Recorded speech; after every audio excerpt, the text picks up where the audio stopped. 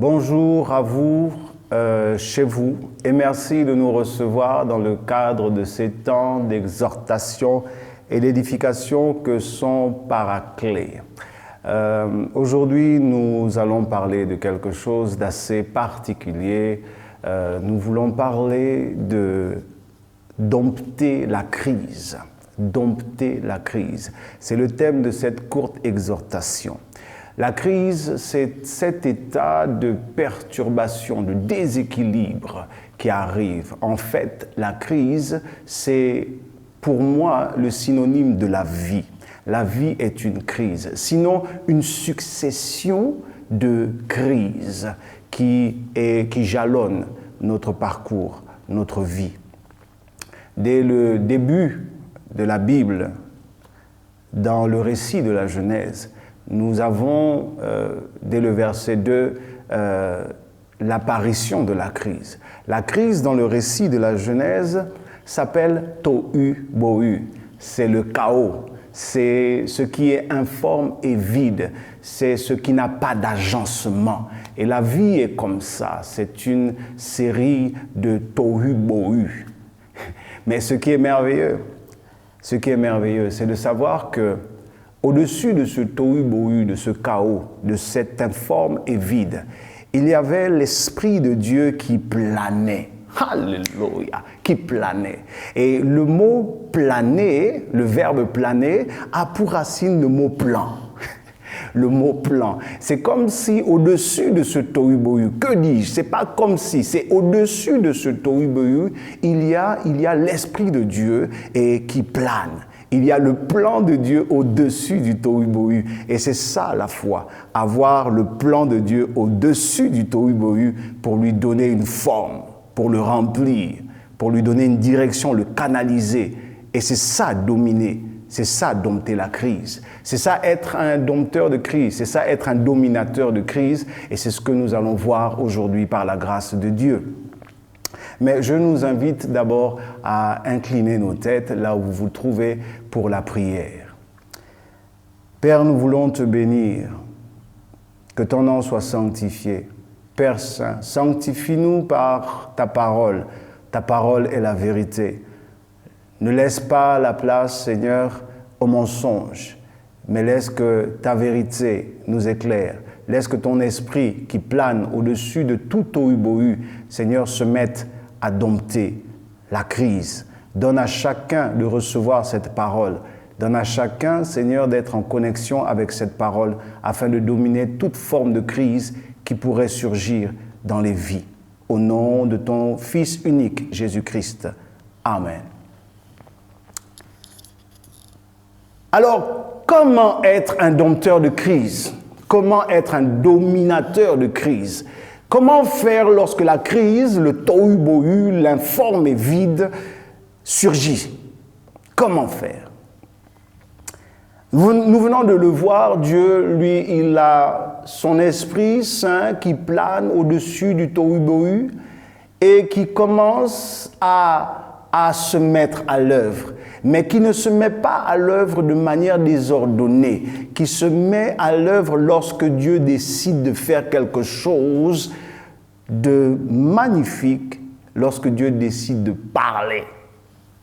C'est lorsque Dieu dit que le tohu-bohu commence à se transformer, que la crise commence à prendre une forme, à prendre une direction, à être canalisée. C'est ça qui se passe.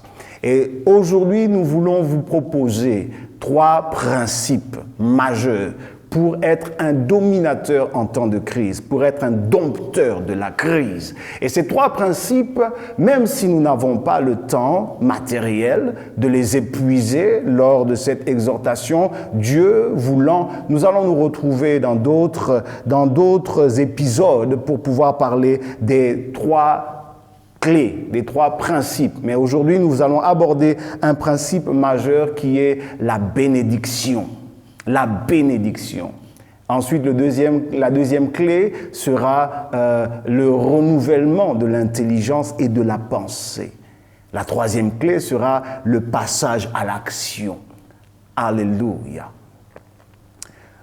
La bénédiction, c'est quoi la bénédiction? La bénédiction, ben vous savez, c'est le fait de dire, de bien parler. Bien parler. Ce n'est pas faire de l'à peu près, ce n'est pas essayer de parler, ce n'est pas essayer de dire, c'est dire et bien dire. Il y a dans la Bible, sinon toute la Bible, lorsqu'on parle des héros de la foi, ce sont, vous savez, ces hommes, ces femmes qui, avant, soit étaient anodins ou alors connus, mais voilà des personnes qu'on a appelées héros. Et pourquoi on les a appelés héros? Parce qu'elles ont toutes une caractéristique commune. C'est le fait d'avoir réussi à dompter leur crise. C'est le fait d'avoir réussi à venir à bout de l'adversité. La Bible déclare qu'au rang de ces héros, ils se relevèrent de leur maladie. Ils fermèrent la gueule des lions. Voilà comment on les désigne. On les désigne comme étant en fait des dompteurs de crise. Et la foi, finalement, c'est... Si je prends l'exemple de ce que je viens de dire tantôt, la foi serait d'avoir un plan au-dessus du tohu-bohu qui nous permet finalement de dompter la crise. Et c'est ça qui nous intéresse. La bénédiction fonctionne comme ça. La bénédiction, c'est le fait que Dieu annonce à un homme, à une femme, le plan, le projet qu'il veut faire avec lui. Il lui dit, écoute, voilà mon plan. Est-ce que tu es d'accord avec mon plan? Mon plan peut paraître fou aux yeux des hommes. Mon plan peut paraître totalement insensé. Comme par exemple dire à un homme, écoute, il y a un roi qui est le roi de toute la terre qui prend un édit et qui dit interdiction d'adorer Dieu. Et vous avez quand même un homme qui n'est pas sujet, il n'est pas natif du royaume. C'est un esclave, c'est un individu qui est le fruit d'une déportation. Et cet homme décide, non, roi, je ne me plierai pas à votre édit, je ne me plierai pas à votre décision. Pourquoi? Parce que je crains un Dieu qui a un plan. Et il m'a fait connaître ce plan. Et cet homme est prêt à risquer sa vie. La preuve, c'est quand le roi est devenu très colérique. Il a froncé le sourcil et il l'a regardé en disant, toi, tu oses me défier, mais je vais t'envoyer dans une fosse aux lions. Cet homme s'appelle Daniel, qui est descendu dans la fosse aux lions. Et chose improbable, qu'il soit devenu l'ami des lions. Que dans une fosse où il y a des prédateurs et qu'il y a de la chair fraîche pour un prédateur, il est devenu l'ami des prédateurs. Chose impressionnante. Comment a-t-il pu dompter cette crise? Je veux prendre un exemple. Un homme, en dehors de Daniel, un homme qui s'appelle Isaac. Et cet homme a eu un père que nous connaissons tous. Son père, c'est Abraham. Abraham, quel nom merveilleux. Même lorsque vous prononcez Abraham, vous sentez l'onction. Mais Isaac aussi, vous savez, je suis obligé de rire quand je dis Isaac, parce que son nom veut dire Hilary, son nom veut dire la détente. Sa mère l'a appelé parce qu'elle a senti un moment de détente lorsqu'elle l'a reçu. Elle a senti une décompression, une joie l'habiter. Elle a dit, oh là là, mon Dieu. Beaucoup pensent que c'était un rire de naïveté, pensent que c'était un rire d'incrédulité. Mais moi, je pense que c'était un rire de joie. Comment cela va-t-il se faire? Je suis vieux ou je suis vieille.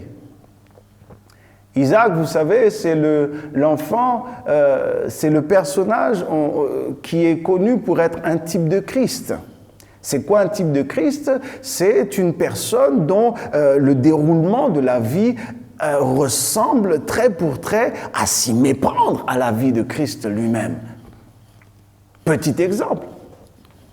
Lorsque Isaac vient au monde, c'est par une annonce. Vous savez, ça vous dit quelque chose, l'annonce? Ça parle comme Marie, la mère de Jésus. Avant que Jésus n'arrive, il y a un ange qui est venu lui faire l'annonciation. Et c'est cet ange qui vient la visiter et lui dit, voilà le plan de Dieu.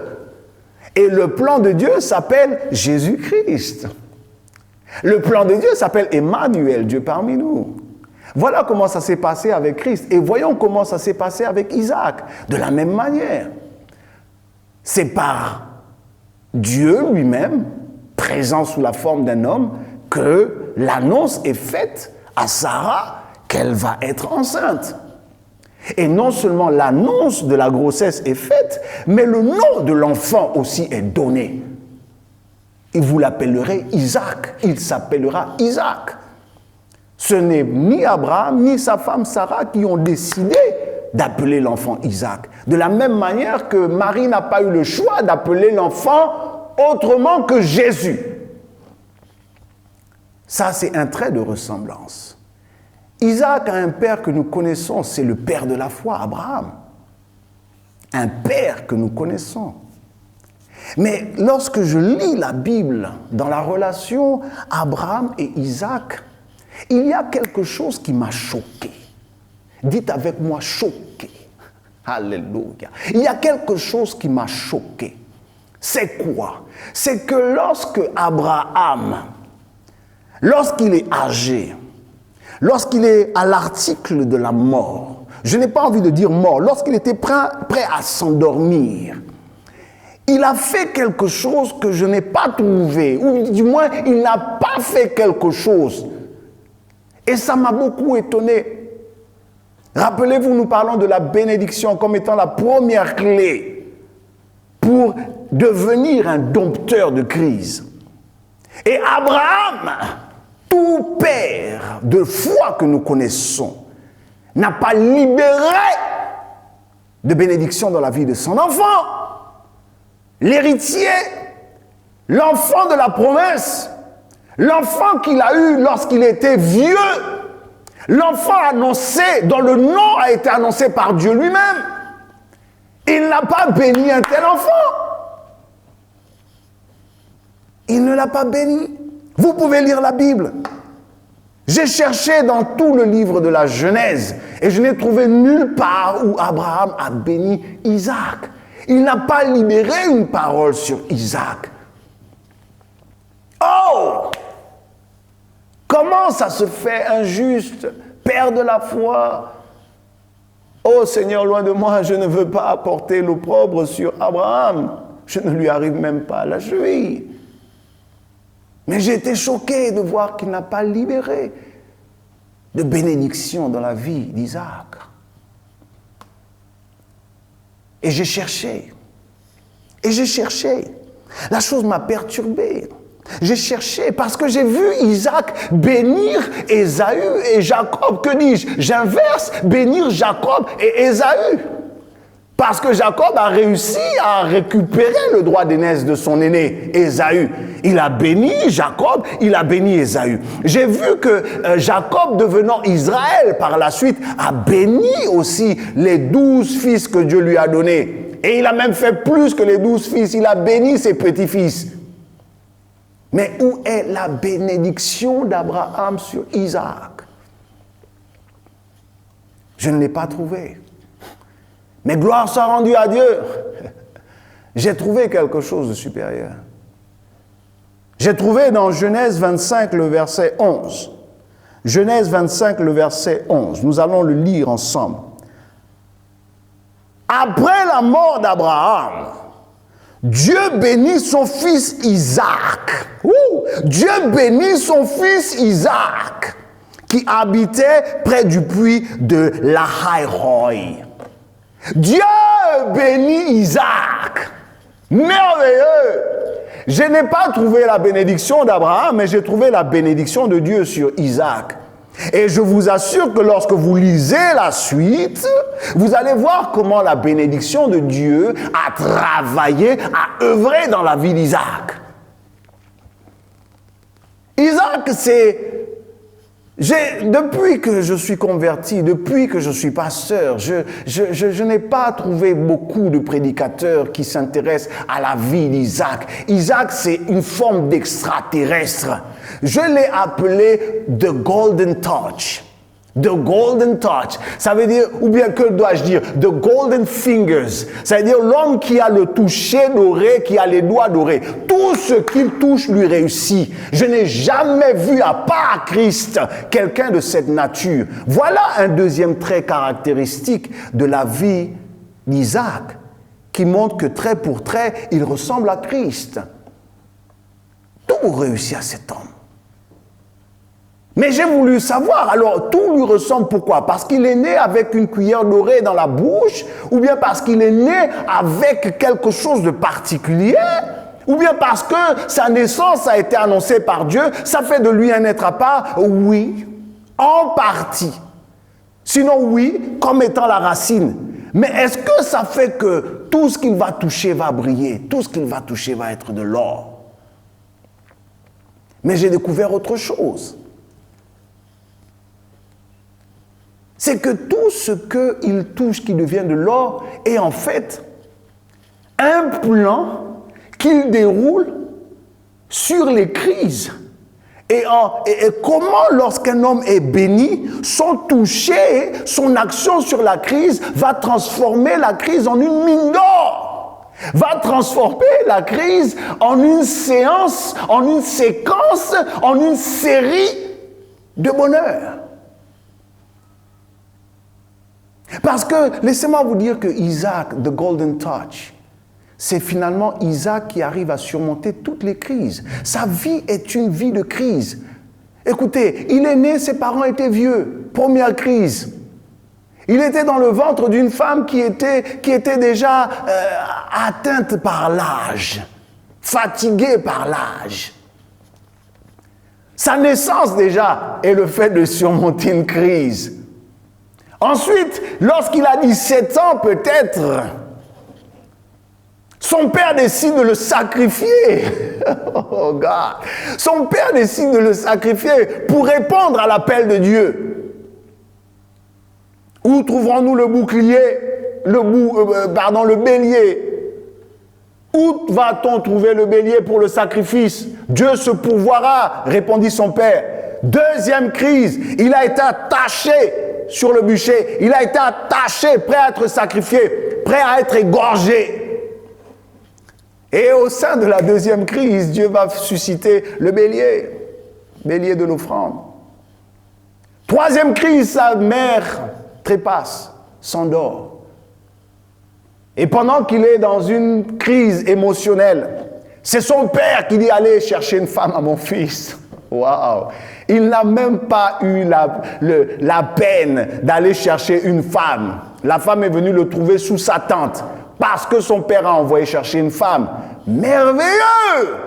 Merveilleux, c'est une bonne nouvelle pour toi qui cherche la femme, qui cherche le mari. Oh, si tu as le plan de Dieu pour dominer la crise, je t'assure que tu ne vas pas casser le corps. Le bonheur vient te trouver à la maison. Le bonheur vient frapper à ta porte. Bonjour, me voici. Alléluia. Chapitre 26 de la Genèse. Je vais lire par tranche. Il y eut une famine dans le pays, outre la première famine qui avait eu lieu au temps d'Abraham. Et Isaac alla vers Abimelech, roi des Philistins, à Guérar. L'Éternel lui apparut et dit, « Ne descends pas en Égypte, demeure dans le pays que je te dirai. Séjourne dans ce pays-ci, ou à Guérar. Je suis avec toi et je te bénirai, car c'est à toi et à ta descendance que je donnerai toutes ces terres. » Verset 6. Ainsi, Isaac resta à Guérar. Verset 12. Isaac sema dans ce pays et il récolta cette année le centuple, car l'Éternel le bénit. Cet homme devint riche et il alla s'enrichissant de plus en plus au point d'être vraiment fort riche. Comment la bénédiction de Dieu a accompagné Le plan s'est déroulé comment? Dieu a dit, écoute, ne descends pas en Égypte, il y a une nouvelle crise qui vient de survenir, de surgir dans ta vie, Isaac. Mais rappelle-toi, je suis celui qui t'a toujours donné la capacité de dominer, de dompter toutes les crises depuis ta naissance jusqu'à maintenant. Ce n'est pas la famine, une énième crise. Ce n'est pas la crise sanitaire. Ce n'est pas la première crise sanitaire que le monde connaît, que le monde connaîtra. Ce n'est pas la première crise face à laquelle tu es confronté, Isaac. Mais pour dominer cette crise, voilà ce que je te dis de faire. Ne descends pas en Égypte. Reste dans ce pays-ci, à Guérar. Ne fuis pas. Ne quitte pas le Gabon. Ne quitte pas ta place. Dieu ne t'a pas dit pars. De toute manière, même si tu voulais partir, tu irais où? Les frontières sont fermées. Ici. Et qu'est-ce que Dieu va faire lorsque Isaac va décider d'obéir? Il lui dit, je te bénirai. Et il l'a béni. Et Isaac a semé. Dieu ne te demande pas de rester et ne rien faire. Parce que la crise, rester et ne rien faire face à la crise, ce n'est pas dompter la crise. La crise n'a aucune intelligence pour partir d'elle-même. Il y a une action qu'il faut mener. Mais cette action, avant de la mener, le point de départ, c'est d'être béni. C'est d'être béni. Pourquoi Abraham n'a pas béni Isaac alors que c'est son père? C'est son père géniteur. Pourquoi père géniteur? Parce qu'il est né des entrailles d'Abraham. Abraham a demandé un héritier à Dieu. Et il a dit, celui qui est né dans ma maison, Eliezer, sera mon héritier. Et Dieu lui a dit, non, c'est celui qui sortira de tes entrailles. Pas de ta maison, mais de tes entrailles, de ta maison intérieure. C'est lui qui sera ton héritier. Donc il était père géniteur d'Isaac. En plus d'être père géniteur, il était père nourricier d'Isaac. La Bible déclare que Abraham a légué tous ses biens à Isaac. Pourquoi? Parce que la Bible déclare aussi que Sarah a chassé le premier enfant d'Abraham, l'enfant qu'il a eu avec sa servante Agar. La Bible est formelle. Elle dit chasse l'enfant de la servante, l'enfant de l'esclave, parce qu'il n'héritera pas avec l'enfant de la promesse. Donc il a légué tous ses biens à Isaac. Père nourricier, il a pris soin d'Isaac. Il lui a légué une fortune. Alléluia, béni sois-tu Abraham. Mais aussi père spirituel. Oh, oh, oh. Pourquoi père spirituel? Parce que je déclare que si tu es prêt, en tant que père, à livrer ton fils à Dieu en offrande, alors que Dieu t'a demandé de le faire, c'est que tu es un père spirituel. Mais je sais que vous allez me dire, mais ce n'est pas suffisant. Mais écoutez, lorsqu'il a décidé d'offrir Isaac, il a décidé d'offrir Isaac avec une pensée de foi, une pensée de gloire. Il a dit, bon écoute, je vais livrer mon fils, mais le Dieu que je sers est tellement puissant qu'il est capable même de ressusciter les morts. La Bible déclare dans Hébreux 11 qu'il a récupéré son fils comme par une forme de résurrection. Abraham n'avait jamais vu Dieu ressusciter les morts, mais il a pensé que Dieu est tellement puissant. Je dis qu'un homme de Dieu qui est ton père spirituel, qui est prêt à te livrer toi, enfant selon la chair, pour voir ressusciter, enfant selon l'esprit, c'est ton père spirituel. Oui, c'est ton père spirituel. Ton père spirituel doit être capable de livrer celui qu'on voit dans la chair, qui se débat avec la chair, par à Dieu. Pour être sûr d'avoir une résurrection d'un fils qui est spirituel. Un homme qui agit comme ça vis-à-vis de toi est ton père spirituel. Mais j'ai compris pourquoi Abraham n'a pas béni Isaac. Comment bénir un enfant comme ça? Comment bénir un enfant comme ça? Tu vas trouver les paroles pour libérer ça dans sa vie. Vu qu'il a part aux mêmes promesses que toi. Genèse, le verset 25 que nous avons lu, Dieu rappelle les promesses qu'il a faites à Abraham, il les renouvelle avec Isaac. Beaucoup, lorsqu'ils lisent la Bible, ils pensent qu'ils lisent Dieu d'Abraham, d'Isaac et de Jacob. Non, relisons. Le texte dit Dieu d'Abraham, Dieu d'Isaac et Dieu de Jacob. Dieu n'est pas mis en facteur Abraham, Isaac et Jacob. Non, c'est Dieu d'Abraham, Dieu d'Isaac et Dieu de Jacob.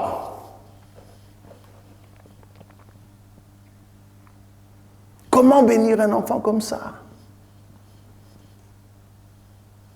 Mais souvenez-vous, je vous l'ai dit, Isaac est un type de Christ.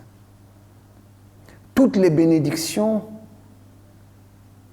qui ont commencé depuis la Genèse et qui se poursuivront jusqu'au retour de Christ, jusqu'au renouvellement de toutes choses. Toutes ces bénédictions nous ont été accordées dans les lieux célestes. La bénédiction de se reproduire, la bénédiction de se multiplier, la bénédiction de dominer, la bénédiction de semer même dans la crise, même dans la famine, et de moissonner au centuple. Toutes ces bénédictions sont sur nos têtes. Et pour faire de nous quoi? Des dompteurs de crise, à l'image de notre Père. Que la paix soit sur lui éternellement. C'est ici la fin de ce premier épisode. Et je vous l'ai dit, par la grâce de Dieu, nous poursuivrons. Bien le bonsoir chez vous et à très bientôt. Personne comme toi, Jésus. Personne